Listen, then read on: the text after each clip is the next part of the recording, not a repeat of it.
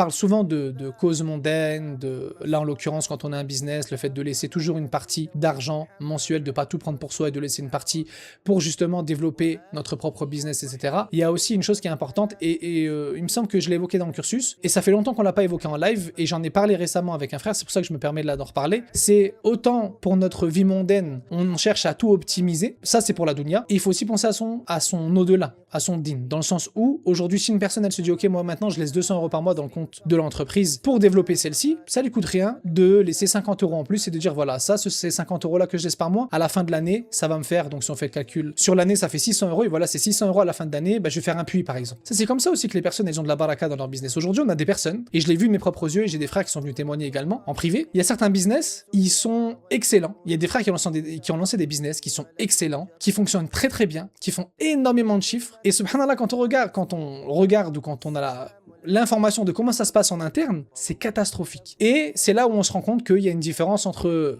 s'acharner sur les causes mondaines et avoir de la baraka dans son business, c'est ça. C'est qu'aujourd'hui, on a des business qui ont des grosses lacunes en interne et qui marchent super bien. Et il y a d'autres business, en l'occurrence, qui ont tout optimisé et qui n'arrivent pas à faire du chiffre. Donc c'est pour ça que, ne serait-ce que pour dire de remercier Allah Azza wa Jal pour les bienfaits qu'il vous a donnés, le fait de pouvoir travailler de la maison, le fait d'avoir un salaire qui vient comme ça en travaillant sur Internet, ne serait-ce que pour remercier Allah Azza wa Jal, le fait de toujours laisser une petite somme de côté pour dire voilà, soit tous les mois je vais donner un petit peu, ou soit à la fin de l'année j'ai rassemblé autant et je vais faire un puits, ou je vais faire une sadaqa en particulier, ou etc., etc., etc.